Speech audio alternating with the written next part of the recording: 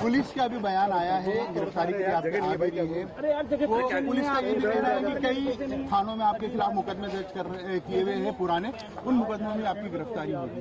अब चूंकि आप सार्वजनिक जीवन में भी आ चुके हैं, चुनाव लड़ रहे हैं, उसके बाद ये पूरा जो कल घटनाक्रम हुआ उसको पूरे किस नजरिए देखिए,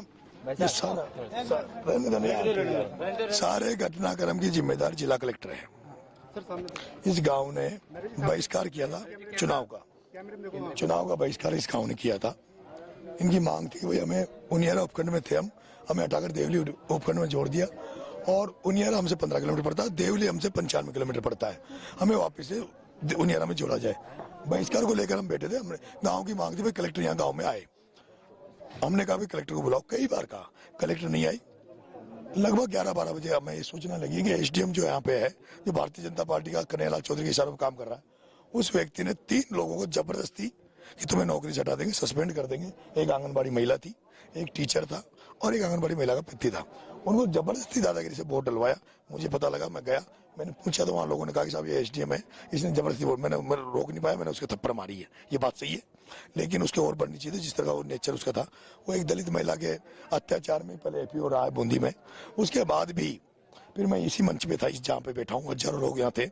मैंने एसपी साहब को कहा भाई कलेक्टर नहीं आ रही है तो एसपी को बुला तो हम बात कर लेंगे, लेकिन एसपी यहीं बैठे होने के बावजूद वो 50 मीटर इसमें बैठा था स्कूल, वो नहीं आया। नहीं आने के बाद हमने खाना मंगाया, क्योंकि हजारों लोग आ गए थे 6 बजे के बाद में। खाने की पंक्तियां लग गई थी, खाने खाने लोग बैठ गए थे। लेकिन हम जब पिकअप रोक रखी थी, हम जब वहाँ गए पिकअप को लेने, तो मेरे को वहाँ पुलिस ने गिरफ्तार करने की कोशिश की। मुझे पुलिस ने गाड़ी में बिठा लिया था। गाड़ी में बिठाने के बाद में वहाँ पथराव हुआ, वहाँ लाठे बाटी जंग हुआ और पुलिस भग गई थी, मुझे छोड़ के अकेले को गाड़ी में, और उस गाड़ी में पथराव हो रहा था। एक उसमें ड्राइवर बचा था पुलिस का। उसके बाद जब पथराव हो रहा था, मैं उस गाड़ी से निकला, मैंने उस ड्राइवर को बचाया, पुलिस वाले को मैंने उसको सेव किया। मैंने कहा भाई ये उसको वहाँ पे एक उसमें बिठाया। उसके बाद मैं इसी जगह आ गया। यहाँ आया तो मैं इधर से फिर दोबारा फोर्स ने अटैक किया। उनके हथगोले थे, मिर्ची बम थे, जो भी थे, हथगोले की आमना सामना हुआ। हमारे साथियों ने मुकाबला किया। मैं उस समय बेहोश हो गया था, मेरे को यहाँ से उठा के माता बनी इस मकान में लेगी, बेहोश में था।